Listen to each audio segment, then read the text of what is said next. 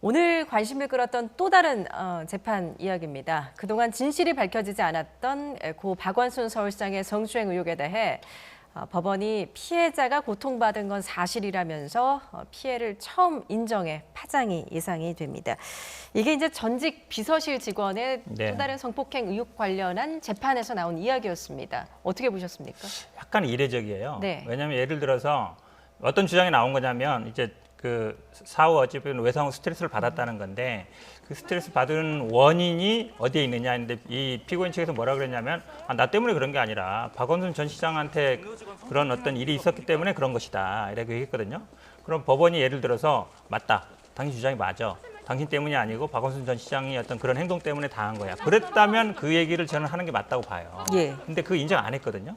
박원순 전 시장 때문이 아니라 지금 피고인이 그런 행동 때문에 이런 뭐 스트레스를 받고 뭐 상담도 받은 것이다 이렇게 얘기했는데 그 얘기를 왜 했을까? 저는 약간 이례적이에요. 또 뭐가 이례적이냐면 물론 저는 판결문 자체는 보지 않았습니다만 오늘 풀기자단에 쓴 거 보니까 많은 분들이 궁금했던 게 과연 그런 문자를 그럼 제시했느냐 그게 궁금했거든요. 저도 궁금했는데 명확하지는 않았어요. 근데 피해자가 그런 진술을 했다. 진술을 했고 그걸로 인해서 사실이 인정된다 이렇게 판단한 것 같습니다. 제가 정확하게 보지는 않았지만 피해자의 진술이 결국은 판결문에 들어갔다는 내용이거든요. 한마디로 얘기하면. 근데 그것을 왜 기재했을까? 제가 보기에는 약간 이례적인 기재인 것 같습니다. 예, 지금 별도의 재판에서 사실상 고 박원순 서울시장의 성추행 사실을 법원이 재판부가 처음으로 인정한 셈이 된 건데 지금 말씀하셨듯이 이제 피해자가 받은 그 문자 메시지가 근거가 됐습니다. 지금 저희가 방송에서는 차마 표현하기 힘든 말들이 좀 많이 담겨져 있는데 변호사님께서는 어떻게 보셨습니까? 아마 저희 이제 기록을 보지 않았지만 양형 이유에 보면 굉장히 구체적으로 설치되어 있는 걸 보면 아마 피해자 측에서 문자나 병원 상담 기록 같은 걸 냈던 걸로 보여요. 그러면 그 내용 전체를 보면 박원순 전 시장이 이제 문자를 보냈는데 뭐 약간 외설스러운 그런 문자들 그리고 병원 기록지에 보면 박원순 시장으로부터 어떤 성추행을 당했다는 얘기를 상담을 하면서 한 것들이 이제 기록이 돼 있는 걸 보입니다. 그러면 사실 피해자 측에서 이 부분을 고의적으로 거짓말로 지어낼 가능성은 없다고 보는 거죠.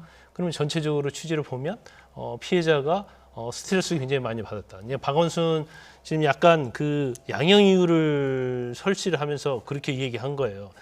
박원순 전 서울시장으로부터 성추행 당한 것은 틀림없는 사실을 보인다.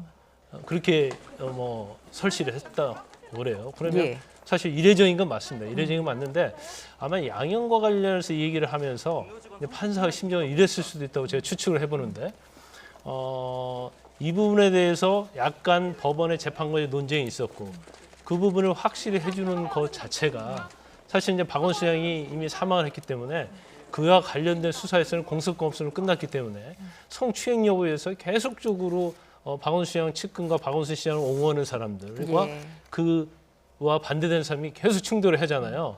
근데 그 내용으로 볼 때 이제 재판부 입장에서 보면 이건 성추행 당한 게 맞는 것 같다.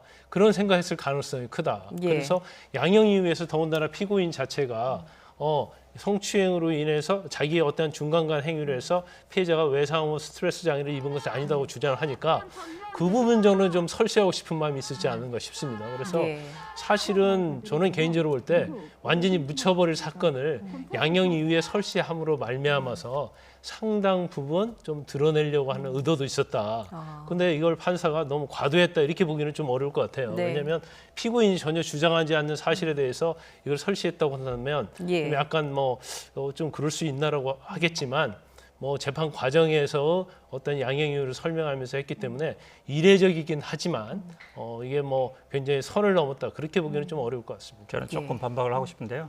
그러니까 지금 아마 많은 분들은 이게 문자 메시지가 제시된 것처럼 얘기하는데 제가 언론에 보거나 아마 그 기자들 워딩으로 봤을 때는 그런 피해자의 진술이 있었다 그랬어요. 그런 문자를 보냈다는 진술이 있었다라고 저는 알고 있고요. 그러니 뭐가 문제가 되냐면 지금 피고인의 어떤 이런 것들은 아마 법정에 다 터졌을 거예요. 내가 이런 말을 했다 그러면 아니다.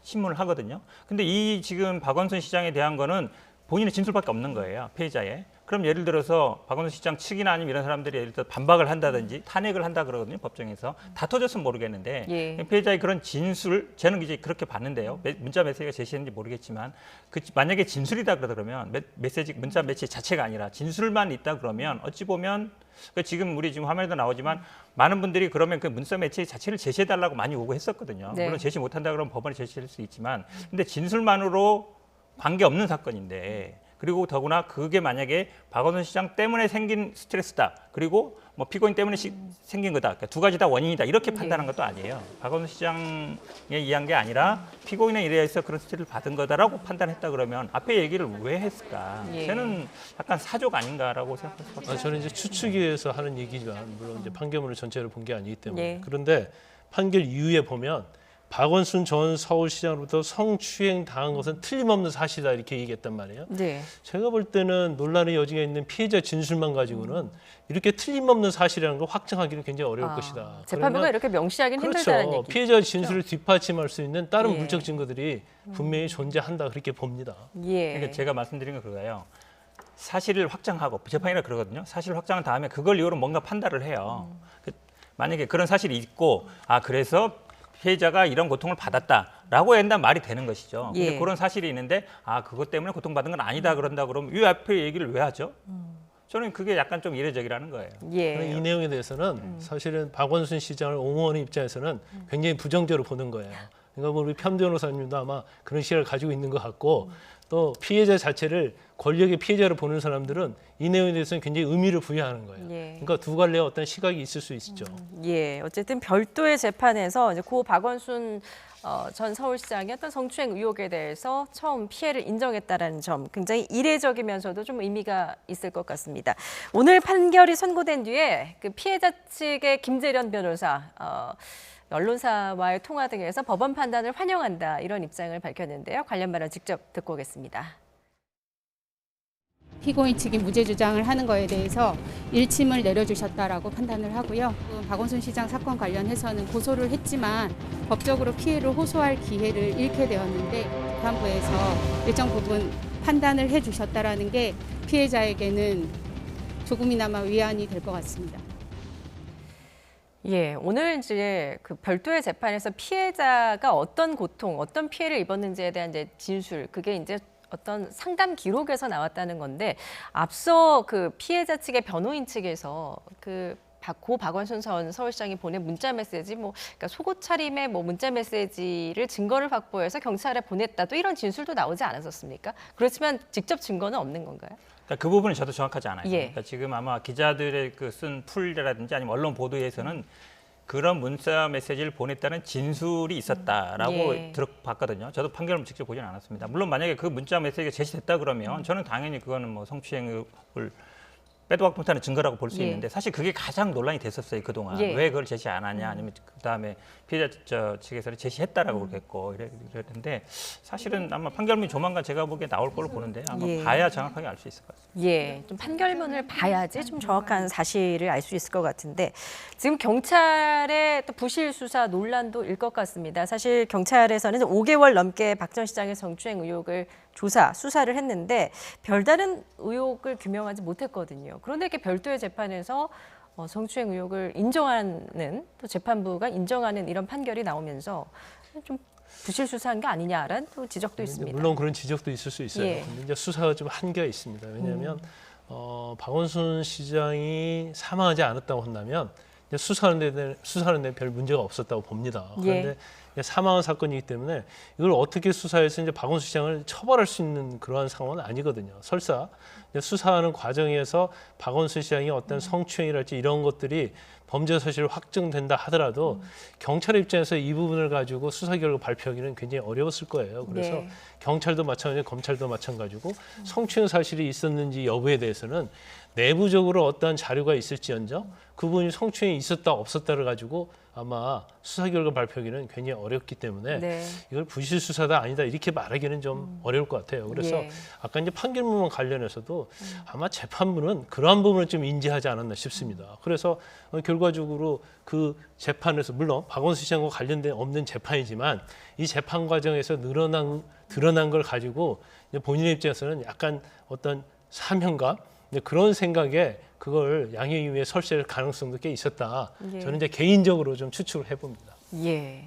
법원이 사명감으로 이렇게 단정적인 표현을 또 사명감만으로 단정적인 증거에 표현을 의한 쓰는 것도, 사명감이겠죠. 예. 네. 어떻게 생각하십니까? 있었다고 한다면. 예. 그러니까 이례적인 건 맞아요. 그냥 예. 직접 관련은 없는 사건이고 지금 말씀하신 것처럼 일단 당사자는 돌아가셨고 그다음에 결국은 직원들 비서실 직원들은 이제 방조 혐의 조사했는데 예. 근데 이제 논란이 많이 있죠. 비서실에서 그 뭐 예전에 이분이 아마 썼던 편지도 공개되면서 논란이 있었잖아요. 네. 그러니까 그러다 보니까 방조 혐의도 인정이 안 될 것 같은데 경찰이 사실은 수사에 는 저는 한계가 있다고 봅니다. 왜냐하면 예. 뭐 직접 당사자들끼리 이고받은 문자라든지 아니면 얘기인데 저는 아마 이 결국은 핵심은 당사자, 그러니까 핸드폰에 있으면 문자 포렌식으로 가능하거든요. 네. 지금 아마 뭐 들어가는 것만 나왔기 때문에 그 문자들이 만약에 제시됐다 그러면 저는 뭐 그거는 예를 들어서 어떤 식으로든지 간에 예를 들어 국가인권위가 됐든 아니면 다른 형태 사법기관이 아니더라도 성추행 사실을 인정할 수 있다라고 확정 지을 수 있을 것 같아요. 그러니까 네. 근데 이런 방식, 그러니까 다른 재판에서 그거를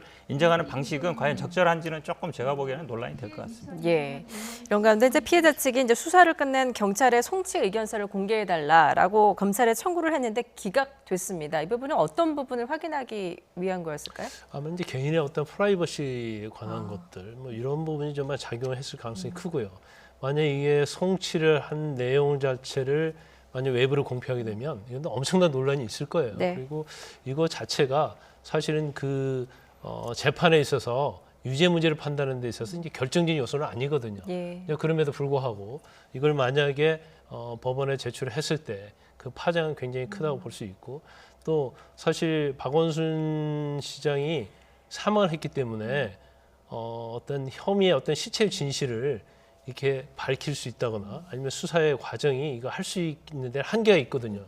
그럼에도 불구하고 송치한 의견서에 보면 그 내용이 다 나와 있거든요. 그러니까 뭐뭐에 의하면 어떠한 사실. 네. 그러면 사실 물론 성추행을 인정한 그런 사실이 적혀 있는지 그렇지 않는 건지는 모르겠지만 적혀 있어도 이건 굉장히 논란이 되고 또 예. 그렇지 않다고 만약에 기재돼 있어도 굉장히 논란이 되기 때문에 아마 그런 부분을 굉장히 의식하지 않았나 싶습니다. 알겠습니다. 지금 피해자 측은 좀 일상으로 돌아가서 보통의 삶을 찾도록 해달라 이렇게 호소를 하고 있다고 하는데 허위 사실로 인한 2차 가해는 절대 없어야 할 것 같습니다. 오늘 두 분 말씀 여기까지 듣겠습니다. 현근택 변호사, 김광삼 변호사와 함께했습니다. 잘 들었습니다.